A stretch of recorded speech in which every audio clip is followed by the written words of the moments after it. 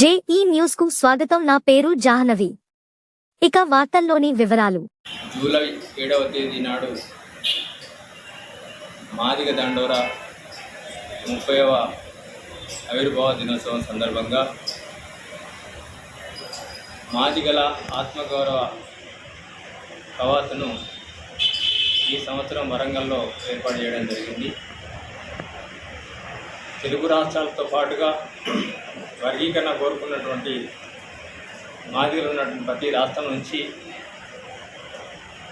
మాదిగలు ఈ మాదిగల ఆత్మగౌరవ కవాతుకు లక్షలాది మంది హాజరవుతున్నారనే విషయాన్ని గుర్తు చేస్తూ ఉన్నాం. తెలుగు రాష్ట్రాల్లో ఉన్నటువంటి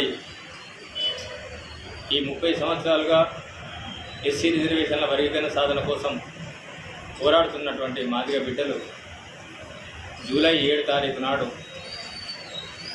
తెల్ల షర్టు, నల్ల ప్యాంటు, చేతుల దండోర జెండాతోనే మాదిగల ఆత్మగౌరవ కవాతుకు హాజరు కావాలని చెప్పి మేము పిలుపునిస్తూ ఉన్నాం.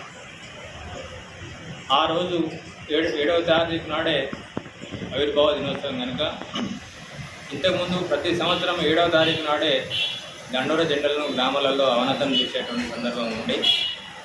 కానీ ఈసారి 30వ ఆవిర్భావ దినోత్సవం సందర్భంగా వరంగల్లో లక్షలాది మందితో జరుగుతున్నటువంటి ఒక మాత్రమైనటువంటి కవాతుకు హాజరు కావాల్సినటువంటి సందర్భం ఉన్నది కనుకనే ఈసారి జూలై 6 తారీఖు నాడే అన్ని గ్రామాలలో దండోర జెండలను ఎత్తుకోవాలని చెప్పి మేము పిలుపునిస్తూ ఉన్నాం.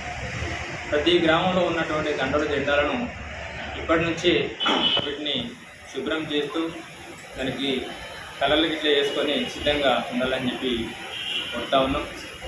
అలాగే 7 తారీఖు నాడు వరంగల్లో జరగబోయేటువంటి మాదిగల ఆత్మగౌరవ కవాతుకు సన్నాహకంగా గ్రామాల నుంచి మొదలుకుంటే ఆయా మండల కేంద్రాల్లో కూడా కవాతులకు మాదిగ జాతి సిద్ధం కావాలని చెప్పి మేము పిలుపునిస్తూ ఉన్నాం.